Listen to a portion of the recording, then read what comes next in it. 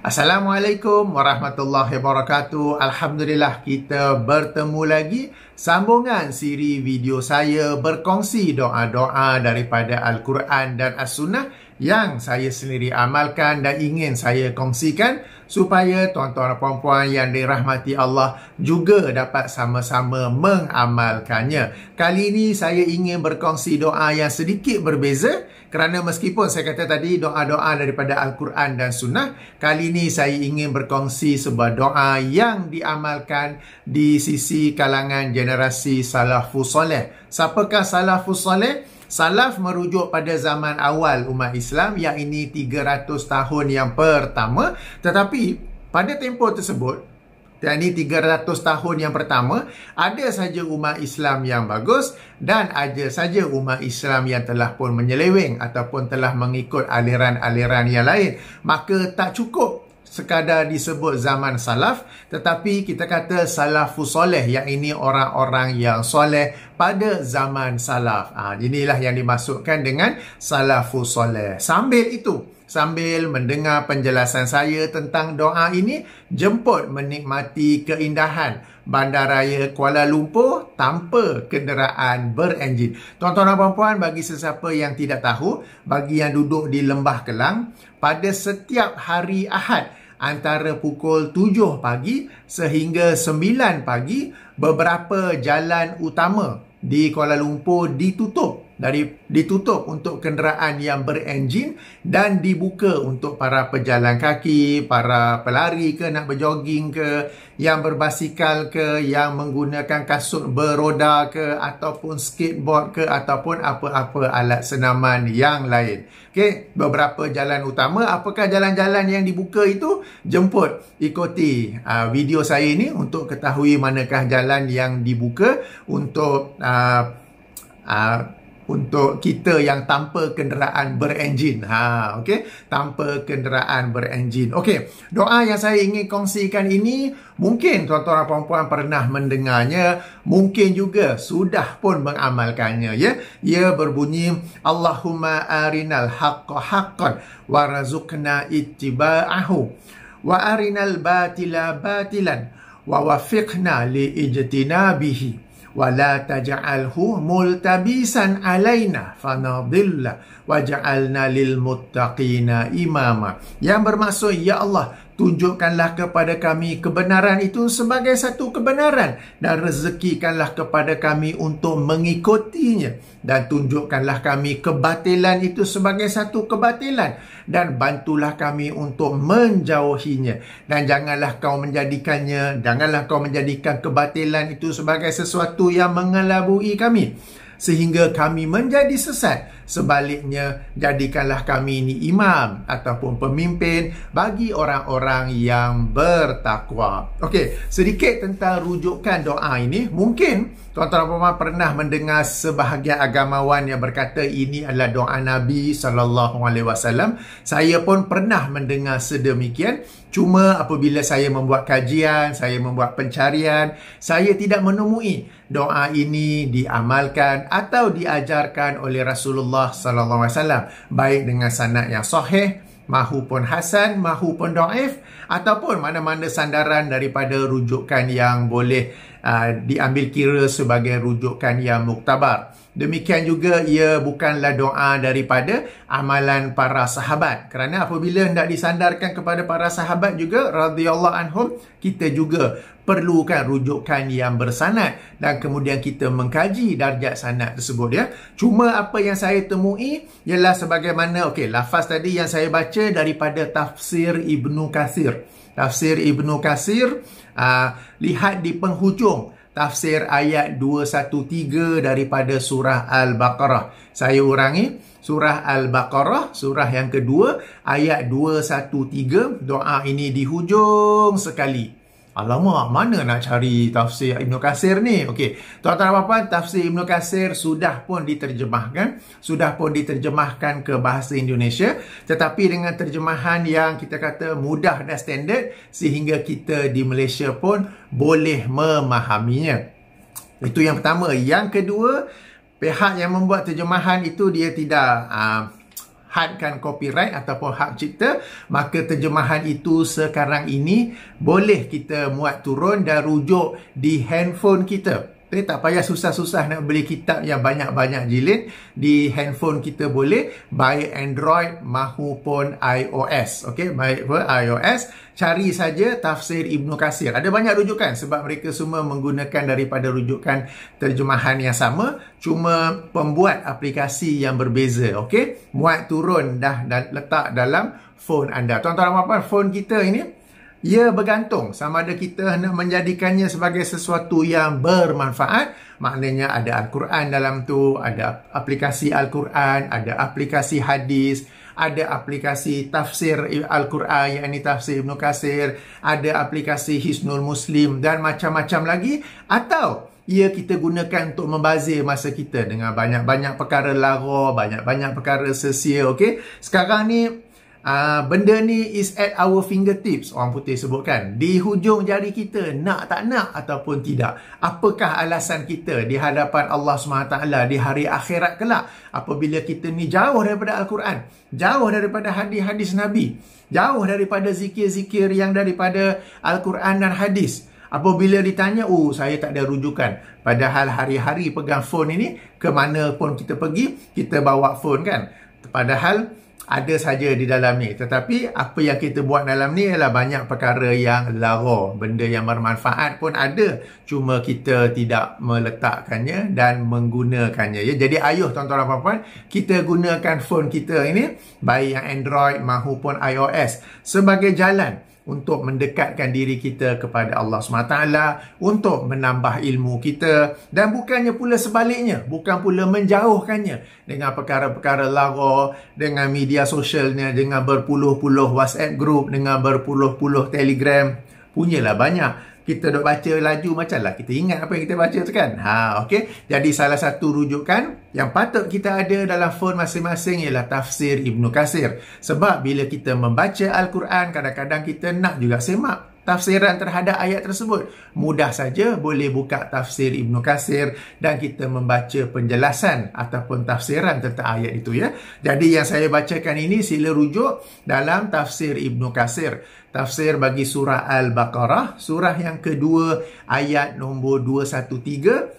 Panjang tafsirannya, lihat di hujung sekali, yang last sekali, doa yang terakhir yang dikemukakan oleh Imam Ibnu Katsir. Okey, dan ketika mengemukakan doa ini, beliau menyebut bahawa ia adalah doa yang maksur. Apabila dikatakan maksur, berarti ia berasal sama ada daripada Rasulullah sallallahu alaihi wasallam, atau daripada para sahabat, atau daripada para tabi'in. Tabi'in ni ialah anak murid para sahabat, atau daripada tabi'in ya. Dan ini anak murid kepada para tabi'in. Ringkasnya 3 generasi yang awal, ringkasnya generasi salaf. Tetapi tak cukup disebut generasi salaf saja, kita sebut generasi salafus soleh, iaitu orang-orang yang soleh pada generasi salaf. Okey, jadi sekali lagi saya ulangi, doa ini yang saya bacakan tadi, yang saya letak gambarnya itu tadi, ia adalah daripada tafsir Ibnu Katsir. Beliau katakan ini adalah doa yang maksur. Okey, di penghujung ayat 213 surah Al-Baqarah. Dan pencarian saya mendapati rujukan yang paling awal yang mengemukakan doa ini ialah dalam kitab Syarah Mazhab Ahlus Sunnah wal Jamaah oleh Ibnu Shahin. Sila rujuk di muka surat 35. Okey, siapa pula Ibnu Shahin ni? Ibnu Shahin ni adalah seorang tokoh hadis Ahli Sunnah wal Jamaah yang lahir pada tahun 297 Hijrah dan meninggal dunia tahun 385 Hijrah. 297 Hijrah, meninggal dunia tahun 385 Hijrah. Beliau seorang ahli hadis yang masyhur. Mungkin, walaupun kita mungkin pertama kali mendengar nama dia, Ibnu Shahin, nama penuhnya Umar bin Ahmad bin Usman bin Shahin. Jadi lebih masyhur dikenali sebagai Ibnu Shahin, dan dikatakan baginya ada lebih 300 karya. 300 karya, cuma yang masyhur yang sampai kepada kita lebih kurang 10 ataupun 11. Salah satu yang masyhur ialah Nasikhul hadis wa mansukhu. Okey, hadis-hadis yang saling yang telah saling membatalkan antara satu sama lain ya. Dan juga kitab yang menjadi rujukan sekarang ini, yang ini Syarah Ahli Sunnah wal Jamaah oleh Ibnu Syahin. Dan beliau mengatakan bahawa antara doa yang diamalkan oleh orang-orang terdahulu. Okey, bila Ibnu Syahin ini sendiri wafat tahun 385 Hijrah. Okay, 385 apabila dikatakan orang-orang terdahulu, ia merujuk kepada generasi salafus saleh ya. Antara doa yang diamalkan oleh orang-orang terdahulu, cuma lafaznya sedikit berbeza. Yang ini Allahumma arinal haqqa haqqan wa alhimna ittiba'ahu wa arinal batila batilan wa alhimna ijtinabahu. Ya Allah, tunjukkanlah kami kebenaran itu sebagai satu kebenaran dan ilhamkanlah kami. Yang tadi itu rezekikanlah kepada kami. Tapi di sini ilhamkanlah kepada kami untuk mengikutinya. Dan tunjukkanlah kami kebatilan itu sebagai satu kebatilan dan ilhamkanlah kepada kami untuk menjauhinya. Jadi itu sedikit perbezaan lafaz antara yang dikemukakan oleh Imam Ibnu Katsir dan juga yang dikemukakan oleh Ibnu Syahin dalam kitabnya ya. Jadi ini dari sudut rujukan bahawa ia adalah doa dari kalangan generasi salafus saleh. Baik, apakah maksud bagi doa ini? Pertama sekali kita minta daripada Allah SWT untuk menunjukkan kepada kita bahawa kebenaran itu adalah satu kebenaran. Ini mungkin mengelirukan kan. Allahumma arinal haqqa haqqan. Ya Allah, tunjukkanlah kepada kami kebenaran itu sebagai satu kebenaran. Okey, mungkin sedikit mengelirukan kan. Okey, yang dimasukkan di sinilah kadang-kadang kebenaran tu berada di hadapan kita. Kebenaran tu berada di hadapan kita. Baik kalau zaman sekarang ni kan, video YouTube yang kita sedang tonton tu, itu adalah kebenaran. Itu adalah ustaz yang amanah, yang jujur, yang menyampaikan ilmu berdasarkan Al-Quran dan As-Sunnah, dan kaul ataupun perkataan pandangan para ulama yang disampaikan secara amanah, bukan potong-potong. Bukan sekadar ulama dah kata dah. Ulama mana tu? Kan? Bukan sekadar ulama dah bincang dah dulu. Okey, ulama dulu bincang apa dia orang kata. Dia tak cerita kan. Tapi kadang-kadang Allah ataupun kadang-kadang di hadapan mata kita tu sendiri dah ada dah video. Kita sedang scroll YouTube katakan, baik menggunakan phone, baik menggunakan laptop, dah terpapar dah depan tu video yang penceramah yang benar, ilmu yang disampaikan pun adalah ilmu yang benar. Tetapi kita tak tahu bahawa itulah kebenaran. Jadi di sini kita berdoa kepada Allah, tunjuklah kita yang kebenaran tu itulah kebenaran, supaya kita dapat kenal itulah kebenaran. Kadang-kadang kita pergi ke kedai buku agama ataupun pesta buku agama, banyak sangat buku kan. Dah ada depan mata kita tu. Depan mata kita tu buku yang ilmiah, yang jujur, yang amanah. Faktor jujur dan amanah ni penting ya tuan-tuan dan puan-puan. Sebab ada saja agamawan yang tidak jujur, tidak amanah. Sengaja tak sengaja yang itu kita tak tahu, tetapi tidak amanah dalam menyampaikan ilmu. Okay? Dah ada dah depan mata kita. Kita dah pegang dah bilik-bilik. Tengok nota kaki banyak sangat. Tengok pengarang ni ada PhD ni tak boleh pakai. Kan? Okey. Jadi kita nak berdoa kepada Allah, ya Allah, tunjukkanlah kami kebenaran itu sebagai kebenaran. Yang ini supaya kita betul-betul dapat kenal itulah kebenarannya tu. Okey? Sebab dalam zaman kita sekarang ini banyak dah kebenaran tu dah ada. Okey? Dalam YouTube macam saya kata, buku-buku, tetapi mungkin kita tak tahu ke apa, ke kita ni terhijab daripadanya kan. Jadi kita berdoa kepada Allah, tunjukkanlah kepada kita, tunjukkanlah kepada kami kebenaran itu sebagai kebenaran dan rezekikanlah kami untuk mengikutinya. Tuan-tuan dan puan-puan, perkataan rezeki di sisi kita ataupun sebahagian kita, ramai yang memahaminya dari sudut harta saja. Okey, kalau bisnes tak bagus, perniagaan kurang untung, aku tak ada rezeki hari ni kan. Rezeki selalu dikaitkan dengan harta saja. Padahal rezeki itu apa saja yang diinginkan, dibutuhkan kalau dalam bahasa Indonesia kan, yang diinginkan oleh manusia, yang dikurniakan oleh Allah Subhanahu Wa Taala. Kadang-kadang seseorang itu Allah rezekikannya dengan harta yang sedikit, tetapi Allah rezekikannya dengan kesihatan yang baik. Dia tak perasan rezeki kesihatan tu, yang dia duk merungut rezeki harta yang sedikit. Kadang-kadang Allah SWT mengurniakan seseorang itu rezeki keluarga yang bahagia, keluarga yang hidup harmoni, dan pada waktu yang sama rezeki yang sedikit. Keluarga harmoni itu satu rezeki besar, dia tak pernah bersyukur, dia tak perasan pun ada. Tapi yang dia merungut ialah rezeki yang sedikit itu. Rezeki harta yang sedikit itu. Sebab kebanyakan kita pandang rezeki itu ialah harta saja. Duit, wang ringgit, shilling ke apa ke. Itu yang dipandang rezeki. Keluarga bahagia tidak dipandang sebagai rezeki. Kesihatan yang baik tidak dipandang sebagai rezeki. Ketenangan, ketenangan fikiran, ketenangan minda, ketenangan jiwa tidak dipandang sebagai satu rezeki yang baik daripada Allah SWT. Betapa ramai orang di luar sana yang rezeki dari sudut duit, harta banyak, tetapi tak ada rezeki dari sudut ketenangan minda, ketenangan jiwa. Betapa banyak orang di luar sana yang rezeki dari sudut saham-saham punya banyak, tetapi dia tidak direzekikan dengan kesihatan yang baik. Nak makan pun macam-macam restriction, macam-macam halangan nak makan sebab macam-macam cabaran kesihatan yang dihadapinya. Betapa banyak orang di sana direzekikan dengan harta yang banyak, hartanah yang banyak, tetapi tidak direzekikan dengan keluarga yang bahagia. Jadi tuan-tuan dan puan, jangan sempitkan rezeki ini kepada harta sahaja, tetapi ia adalah apa jua yang Allah kurniakan kepada kita yang kita sebenarnya memerlukannya, menginginkannya. Dan salah satu daripada rezeki itu ialah ilmu yang hak, ilmu yang sebenar-benarnya dalam urusan agama. Itu adalah salah satu rezeki lagi. Dan bila kita sudah ada rezeki ini, kita patut juga bersyukur kepada Allah Subhanahu wa taala, ya. Jadi sebab tu dalam doa ini, warzuqna ittiba'ahu, dan rezekikanlah kami, rezekikanlah kepada kami untuk mengikuti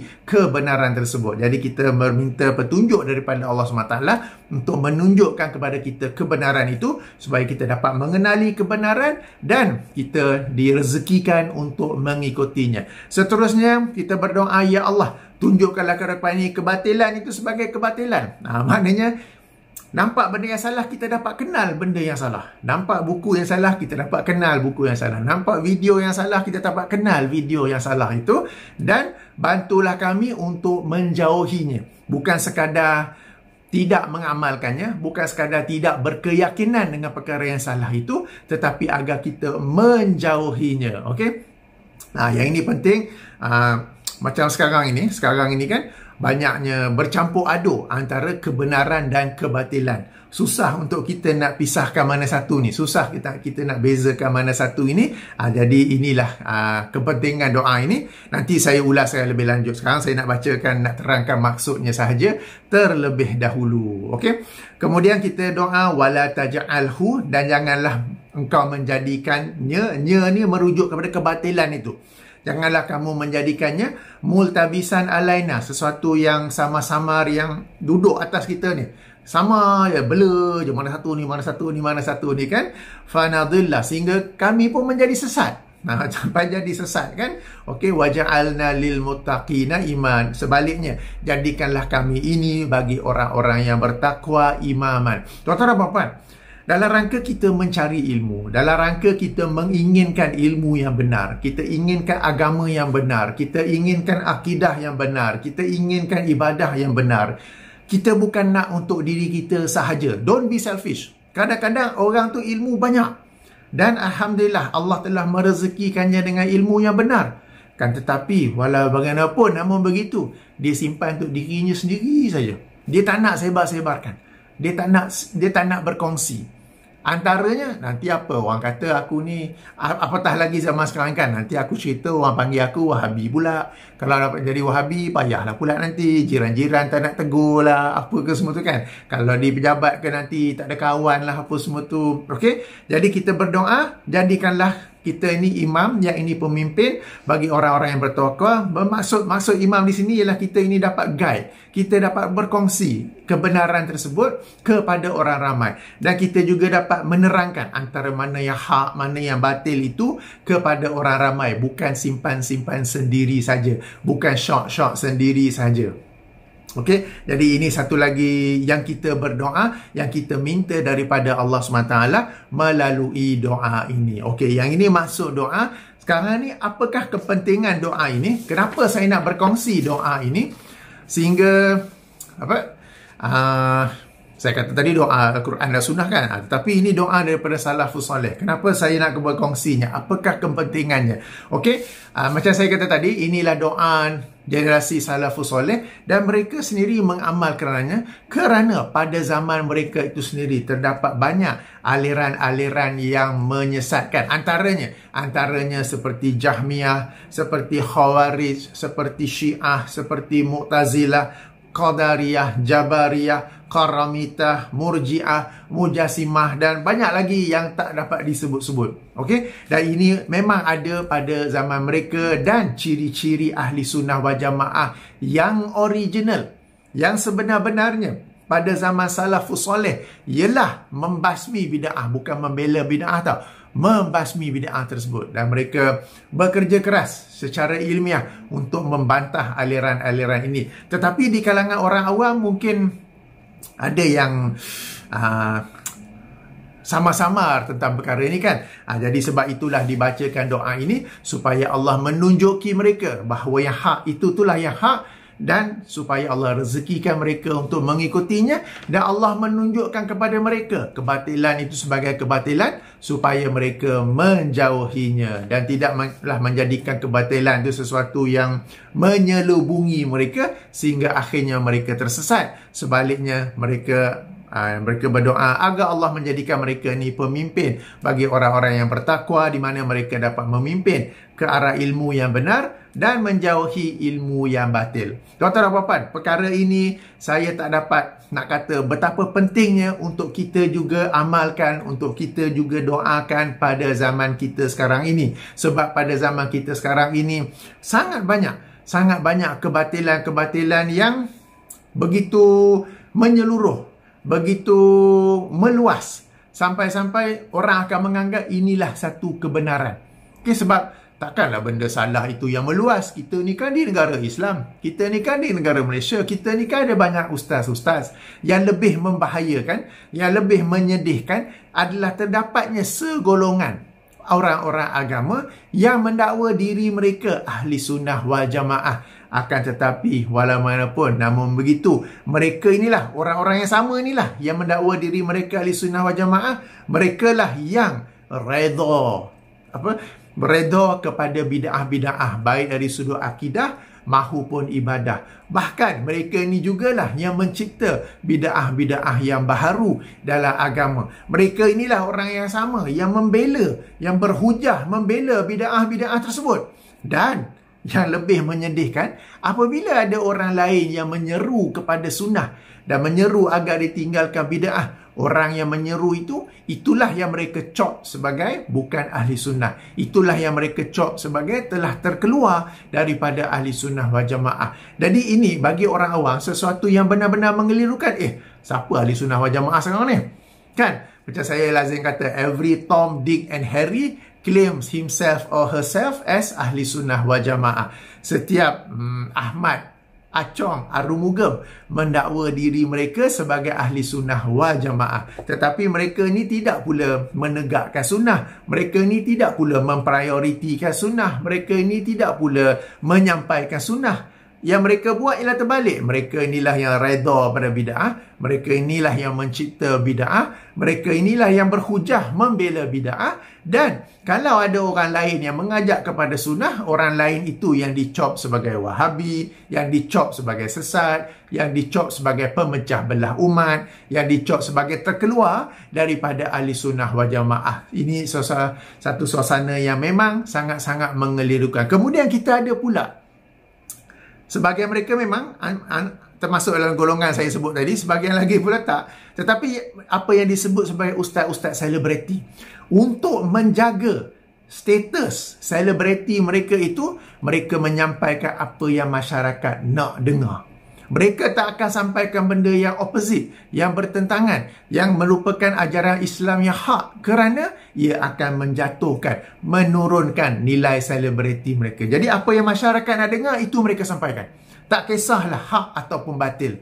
Apa yang hak, tetapi bertentangan dengan kebiasaan masyarakat, bertentangan dengan sunnah Malaysia, mereka tak akan sampaikan. Mereka perpaduan lebih utama, padahal yang lebih utama bagi mereka ialah nilai selebriti dan pulangan yang datang bersama-sama dengan nilai selebriti itu. Jadi semua ini benar-benar mengeliriukan kita umat Islam di Malaysia. Maka sebab itulah saya lihat doa ini sangat penting untuk kita amalkan. Selain daripada doa-doa lain yang kita telah pun memang amalkan, seperti dalam surah Al-Fatihah kan, ihdinas siratal mustaqim, yang ini tunjukkanlah kepada kami jalan yang benar. Sebagaimana doa dalam surah Ali Imran ayat 8 ke 9 yang saya pun telah buat video sebelum ini. Rabbana la tuzigh qulubana ba'da iz hadaitana wa hab lana min ladunka rahmah innaka antal wahhab. Nanti saya confirm balik ayat nombor berapa itu ya.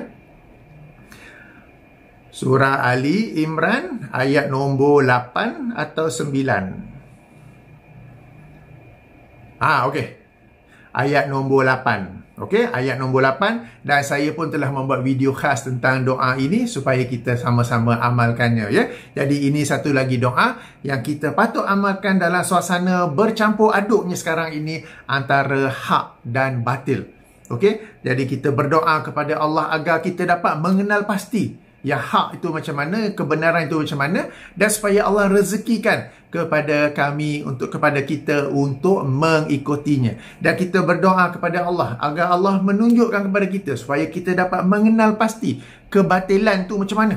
Dan kita bukan sekadar tidak mengamalkannya, bukan sekadar tidak berakidah dengannya, tetapi kita benar-benar menjauhinya. Okey? Dan kita juga berdoa supaya kebatilan itu tidaklah macam satu benda yang duduk atas kepala kita ni, tak tahu mana satu, tak ada bela apa gitu. Sebaliknya kita berdoa kepada Allah agar Allah menjadikan kita pemimpin kepada orang-orang yang bertakwa. Paling-paling kurang kita dapat menyampaikannya, kita dapat membimbing ahli keluarga kita kepada kebenaran dan menjauhi kebatilan. Paling-paling kurang ahli keluarga kita. Kita start dengan ahli keluarga kita, kemudian mungkin dengan rakan-rakan pejabat, kemudian mungkin dengan jiran-jiran, dengan saudara mara. At least we make an effort. Kita tidak simpan sendiri-sendiri sahaja atas alasan takut digelar Wahabi, takut hilang kawan, takut hilang populariti dan sebagainya. Jadi jangan lupa, inilah doa yang ingin saya kongsikan.